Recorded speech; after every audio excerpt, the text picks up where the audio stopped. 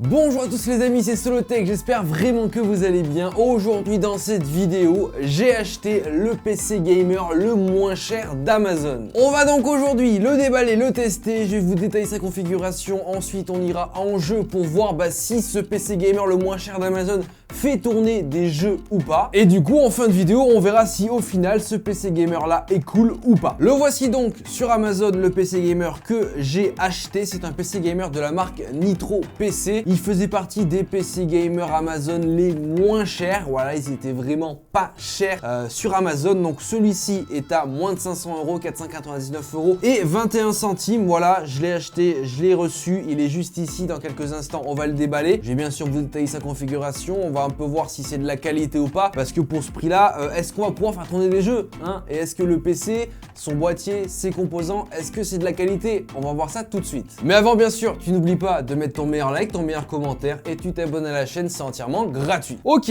alors, le voici, le fameux PC gamer Amazon le moins cher. Hop, ça vient de la marque Nitro PC. On a quand même un gros carton pour un petit PC gamer. On va voir ce qu'il y a à l'intérieur. Ok, du polystyrène, du plastique. Alors, on a tout d'abord une première boîte brandée Nitro PC. Alors, qu'est-ce qu'il y a à l'intérieur? Ok, donc nous avons le câble d'alimentation qui est fourni, deux antennes, donc il doit disposer du coup d'une carte Wi-Fi, et nous avons les différents manuels d'utilisation, d'installation des différents composants. Ça, ok. Moi, ce qui m'intéresse, c'est le PC gamer. Ah, il est là. Ok, il est là, le fameux PC gamer le moins cher d'Amazon, Nitro PC AMZW. Au niveau, je pense que c'est la case qui s'appelle comme ça, et apparemment c'est une case de la marque en elle-même, de Nitro PC. Ok, on va l'ouvrir. Ok.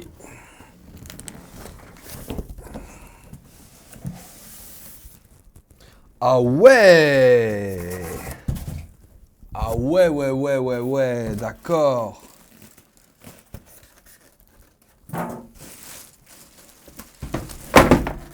J'ai failli casser le PC. Ah ouais, attendez.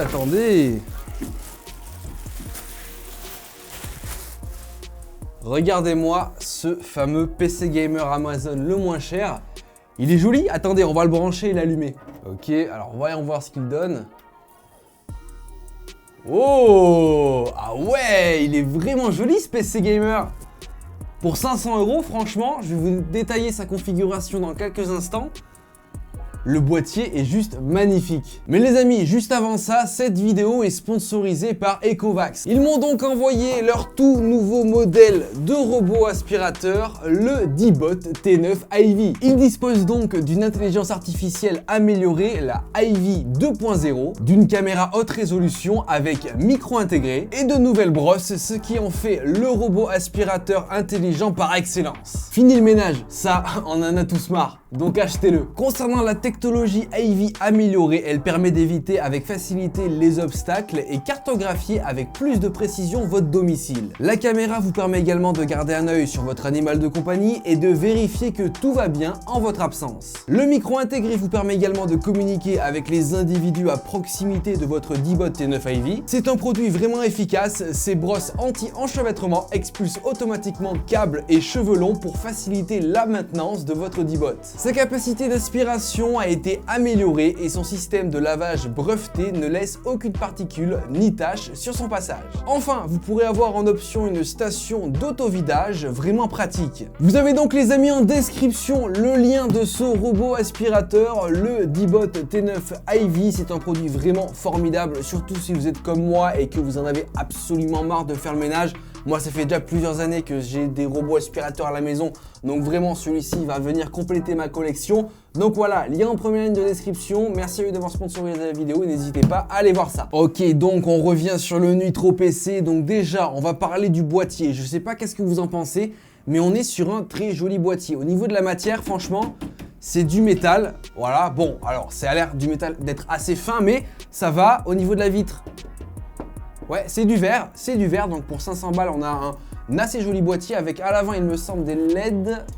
Oui, c'est ça, on peut modifier LED à l'avant, donc ça c'est joli. Sur le dessus, on a le bouton power, le bouton pour modifier les LED, on a 3 USB et on a une prise casque et une prise micro. Au niveau du boîtier, c'est vraiment très complet. Alors maintenant, à l'intérieur du PC, alors on a 2 ventilateurs qui sont inclus, un à l'avant juste ici, vous le voyez pas, mais lié.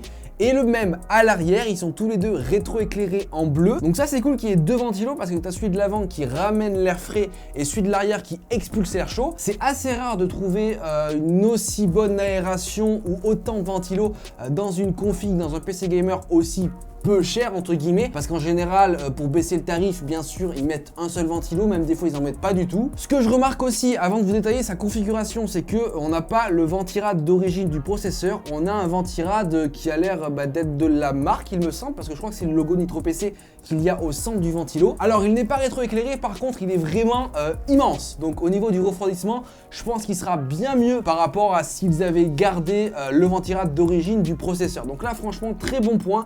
Au niveau du refroidissement, ça sera parfait. Alors, au niveau de sa configuration, vu que c'était le PC gamer moins cher d'Amazon, bien sûr, vous vous en doutez, c'est pas une configuration du turfu. Comme vous le voyez déjà, il n'y a pas de carte graphique. Voilà, bien sûr, vous aurez la possibilité d'en rajouter une. Ça, j'y reviendrai un peu plus tard dans la vidéo. Au niveau du processeur, on retrouve un processeur de chez AMD, un AMD Athlon 3000G cadencé à 3,5 GHz. C'est un processeur qui est sorti en 2019, donc assez récent. C'est un processeur certes bas de gamme, entrée de gamme, qui coûte pas très cher, mais vu qu'il est récent, voilà, il embarque quand même pas mal de technologies d'actualité. Il embarque notamment par exemple au niveau de la partie graphique une Radeon Vega 3 qui va nous faire office de carte graphique aujourd'hui pour ce PC gamer. Au niveau de la carte mère, on est sur une carte mère de chez MSI, donc voilà, ça a l'air d'être de la qualité, donc ça c'est cool. Au niveau de la RAM, on retrouve du 16 Go de RAM en DDR4 cadencé à 3200 MHz, et là point positif, il y a 2 barrettes, donc on est sur du dual channel,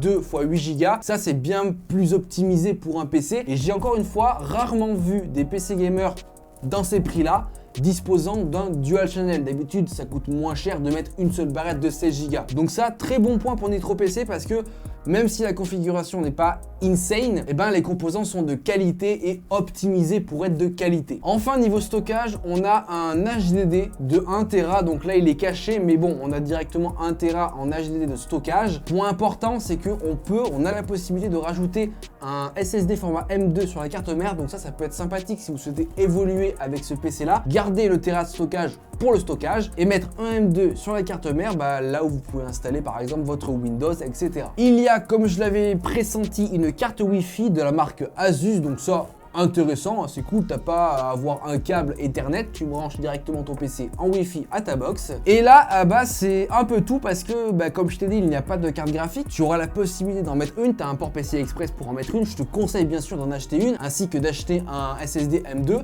pour compléter du coup cette configuration. Bien sûr, on va entièrement tester, et pas sur des benchmarks, des machins avec des points, non. J'ai installé le PC, il y a des jeux à l'intérieur. On va du coup tester tout ça en jeu, vraiment pour voir si au niveau FPS, ça vaut le coup ou pas. Et si pour 500 €, pour une configuration comme ça, on arrive à faire tourner des jeux dans ce PC là. J'ai hâte de voir ça. Donc bon, bien entendu, je vous mettrai quand même le lien de ce PC gamer le moins cher d'Amazon directement en description. N'hésitez pas à aller voir ça. On a, pour ma part, je trouve une très bonne base de PC. Voilà, on a un beau boîtier, on a pas mal d'aération, de ventilation. On a la possibilité d'ajouter un M2 pour faire évoluer le stockage. On a aussi la possibilité de rajouter d'autres SSD. On a la possibilité de rajouter un HDD. On peut mettre bien sûr une carte graphique. On a aussi, je n'ai pas précisé, une alimentation de 500 watts. Et ça aussi c'est rare, parce que d'habitude ils mettent genre du 300 ou du 400 watts, enfin le minimum possible. Là avec 500 watts on pourra et on aura la possibilité de rajouter une carte graphique sans pour autant devoir changer d'alimentation. Donc ça déjà c'est un très bon point. Donc maintenant il reste plus qu'une chose, on va directement le brancher à un écran et directement le tester en jeu pour voir ce qu'il a dans le ventre. Bon, donc ça y est, le PC est maintenant allumé, il y a des jeux dessus, on va pouvoir directement le tester et voir si au final ce PC gamer à 500 € sur Amazon fait tourner des jeux. Est-ce que c'est du coup une bonne affaire ou pas? Donc du coup, comme vous pouvez le voir, j'ai plusieurs jeux juste ici, League of Legends, Valorant, Fortnite et GTA 5. On va donc tester ces 4 jeux aujourd'hui sur notre PC gamer Amazon, le moins cher d'Amazon. Donc c'est parti, commençons par League of Legends, le jeu qui demande le moins de ressources graphiques. Voilà, franchement c'est un jeu qui tourne sur n'importe quel PC. Voilà, il pourrait même tourner sur tablette, sur mobile, n'importe quoi. C'est le jeu qui demande le moins de ressources et qui permet de jouer avec n'importe quel grille-pain de la terre. Ça doit faire au moins 5 ans que j'ai pas joué à LoL. Là, ce qui nous intéresse plus, c'est de voir à combien de FPS on le fait tourner. On le fera tourner, je pense, à plus de 60 FPS, même plus de 80 FPS sans trop de soucis. Voilà, hein, c'était un jeu pour voir si déjà on pouvait le faire tourner normalement. Il n'y a pas de problème, je pense qu'à partir de Valorant et Fortnite, là, potentiellement, on pourrait commencer à avoir quelques soucis. Mais normalement, League of Legends, easy win. Ok, donc c'est parti. Alors du coup, là, on vient de pop directement. Là, on est à plus de 80 FPS. Donc ça, c'est vraiment pas mal. Le jeu est très fluide. On est en 1900 par 1080. Oula, ouais, ok, d'accord. On dépasse les 130 FPS, bien sûr c'est League of Legends, donc bon, déjà le PC est validé pour les types de jeux type League of Legends. Ouais, plus de 100 FPS, franchement on est plutôt bien, ça y a vraiment aucun souci, donc ça c'est cool. Son LoL en même temps, hein, c'était pas une surprise, on savait très bien qu'on allait avoir beaucoup de FPS sans trop de soucis, sans trop se fatiguer. Ça doit faire 10 ans que j'ai pas joué à LoL, je sais pas du tout comment on joue. Enfin bref, voilà, League of Legends a plus de 100 FPS, c'est validé, c'était pas un jeu on va dire très important à tester, mais il fallait, c'était le début. Maintenant on va passer au deuxième jeu, on va passer à Valorant. Valorant c'est un jeu qui demande pas énormément de ressources graphiques non plus, mais quand même, on va donc voir si on arrive à le faire tourner dans une bonne résolution, avec beaucoup de FPS. Et là je vous rappelle qu'on est sur un PC gamer qui était quand même le moins cher d'Amazon. Donc on va du coup aller voir sur Valorant, qu'est-ce que ça donne. Ah oui, je vais être ban moi de Valorant, c'est vrai. Alors, paramètres, on va aller voir ça déjà. Hop, vidéo. 1900 par 1080, on est ok. Affichage des FPS, c'est bon. Alors, graphisme, faible. Je pense qu'on va pouvoir mettre en moyen. On va tout mettre en moyen. Hop, fermer les paramètres. On va essayer de jouer. Hop, let's go. Ça va, je suis pas bad de Valorant. C'est cool, on va pouvoir tester ce jeu-là sur notre PC gamer Amazon. Alors, là, pour l'instant, dans le lobby, on a notre GPU à 50%. Qui tape des pointes à 100%, le processeur pareil, la RAM on a que 6 Go d'utilisé et au niveau FPS on est à 90 FPS. Ça va pour l'instant, on n'est pas trop mal. Ok, alors tac, c'est parti. Alors là ça n'a pas encore totalement commencé, mais on est déjà à plus de 60 FPS, ça c'est validé.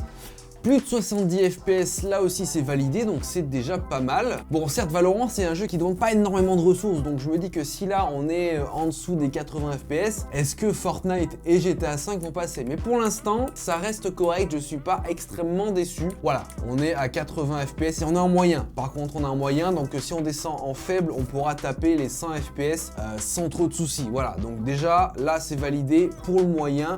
Le PC gère bien le jeu, c'est parti, let's go. On va voir si ça change, mais là, normalement, pour l'instant, on reste autour des 80 FPS. On va même taper les 100 FPS, c'est pas trop mal.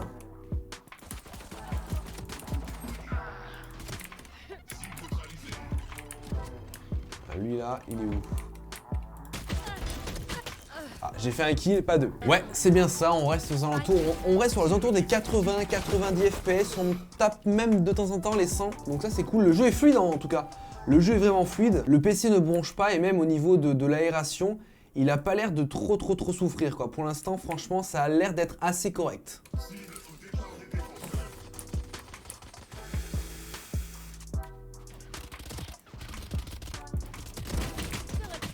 Oh, j'ai fait un kill mais... J'ai pas vu que je me faisais kill par derrière. Enfin bref, Valorant, c'est validé sur ce PC gamer Amazon à 500 €. Voilà, un peu moins de 100 FPS, on tourne autour des 90, donc ça fait plaisir. On passe du coup au prochain jeu et pas des moindres. On va tester ce fameux PC gamer Amazon le moins cher directement sur Fortnite. Alors là par contre, du coup sur Fortnite, ça va pas être la même. Déjà, avant de lancer une game, on va directement aller voir dans les paramètres du jeu pour essayer de paramétrer ça de sorte à ce qu'on ait quand même des FPS assez potables pour jouer. J'entends au moins 60 FPS. Si on a moins de ça, voilà, pour moi ça sera pas forcément jouable sur le long terme. Il faudra du coup acheter une carte graphique pour la rajouter dans ce PC gamer là, sachant que c'est possible, hein. Mais bon, ça fait des frais en plus. Mais voilà, déjà, j'espère qu'on pourra le faire tourner en bonne qualité. Après, sur Fortnite, là, du coup, je pense que je vais activer le mode performance, qui est un mode qui nous permet, voilà, d'avoir un jeu plus fluide avec plus de FPS, mais en baissant la qualité du jeu. Ok, alors voyons voir maintenant directement dans les paramètres. Donc, j'ai bien le mode performance. Distance d'affichage, on va mettre loin, texture moyen et géométrie. Ouais, on va laisser comme ça. Ça, par contre, je vais mettre à 100% parce que je peux pas. Sinon, après, ça fait quelque chose de pas beau. Ok, là, on est pas mal. Ok, alors là, dans le lobby, on est à 30 FPS. Je vais spawn un endroit un peu safe et on essaiera de bidouiller un peu les paramètres pour voir si on peut pas gagner en FPS. Alors là, c'est vrai que la qualité est très très belle et je pense qu'on peut gagner des FPS. C'est ce que je vais faire tout de suite. Hop, on va repasser ici dans les paramètres. On va mettre ici en moyen et là, on va mettre à 80%. Ok, appliquer, fermer. J'attends vraiment de me poser pour voir, mais pour l'instant, je suis agréablement surpris de la capacité qu'a la Radeon Vega 3. Parce que là, on est à... Bon, là, ok, là, on chute de ouf, mais je pense qu'on peut monter en FPS. Alors attendez, on va essayer de se caler dans un endroit un peu tranquille. Et je vais essayer de bidouiller les paramètres pour voir si on peut pas récupérer des FPS en plus. Parce que là, bon, c'est vrai que c'est pas jouable avec cette fréquence de FPS. C'est vrai qu'on oscille entre 30 et 60 FPS, quoi. C'est un délire sur Fortnite, comme quoi tu peux osciller rapidement. Alors, voyons voir qu'est-ce que je peux bidouiller en termes de paramètres. Donc là, si on met texture en faible, est-ce qu'on gagne un peu de FPS?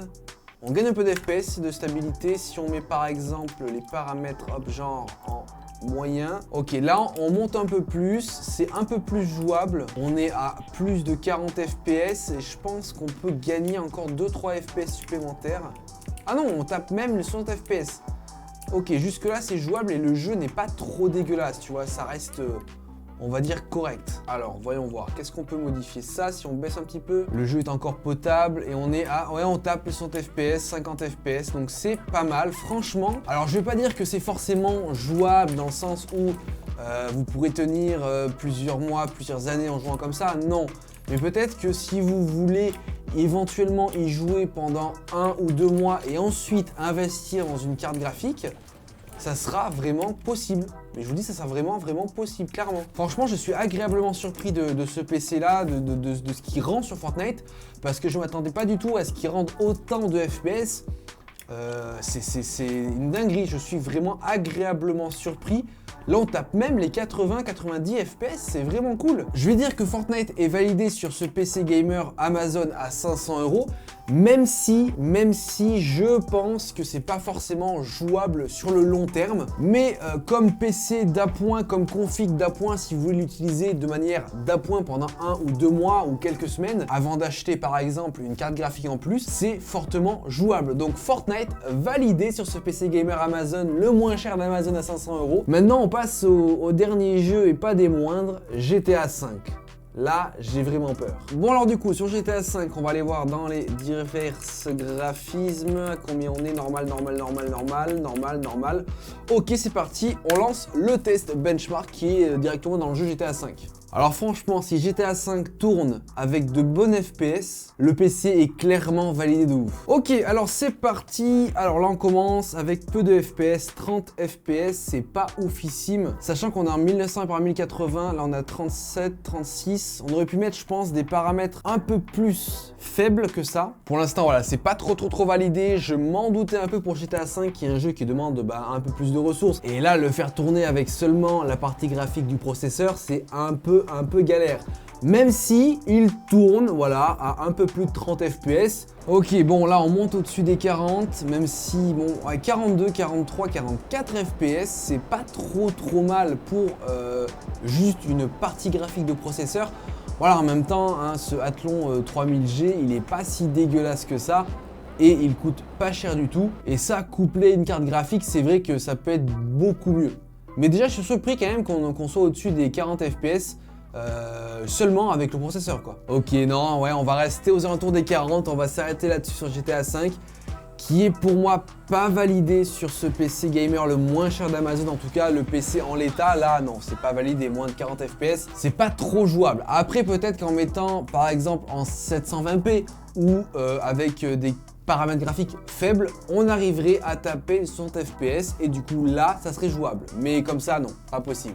Ok les amis, donc pour conclure du coup sur ce fameux PC gamer le moins cher d'Amazon, du coup un PC gamer de la marque Nitro PC à 499 € sur Amazon. Franchement, en termes de qualité du PC, qualité des composants, c'est validé de ouf. Ils ont fait pas mal d'efforts au niveau du boîtier, au niveau du refroidissement, même le ventirad, c'est pas le ventirad d'origine du processeur, donc jusque là on est bien. Au niveau des composants, ils ont essayé aussi de faire de la qualité en mettant du dual channel au niveau de la RAM, en mettant aussi un PC qui va être évolutif. On peut rajouter un SSD format M2, on peut rajouter une carte graphique, l'alimentation sera assez puissante pour là aussi pouvoir accueillir une carte graphique en plus. Donc jusque là franchement on est sur un PC gamer pas cher, évolutif et qui semble de qualité dans sa fabrication. Après maintenant les amis, en termes de jeu, qu'est-ce qu'il donne pour 500 €? Et ben franchement j'ai été agréablement surpris. Tous les petits jeux type League of Legends, Valorant, CSGO, Minecraft tourneront sans problème sur ce PC gamer là de chez Nitro PC, le PC gamer le moins cher d'Amazon. Voilà, ils tourneront sans souci, dans une bonne résolution, avec une bonne qualité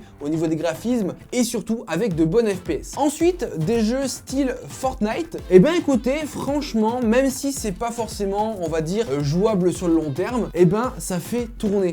Et oui, ça fait tourner Fortnite à plus de 50 FPS, même on arrive à tâter les 60, même les 80 FPS. Donc franchement, j'ai été agréablement surpris à ce niveau-là. Par contre, voilà, petite déception pour GTA V qu'on fait tourner à seulement 40 FPS. Mais bon, on s'y attendait forcément, avec un PC gamer sans carte graphique, c'est vrai, tu peux pas faire des miracles. Donc voilà, j'espère que cette vidéo sur le PC gamer le moins cher d'Amazon vous aura plu. Bien sûr, vous n'oubliez pas de mettre votre meilleur like, votre meilleur commentaire et bien sûr, vous vous abonner à la chaîne, c'est entièrement gratuit. En tout cas, moi je vous dis à plus dans de prochaines vidéos. Allez, ciao tout le monde!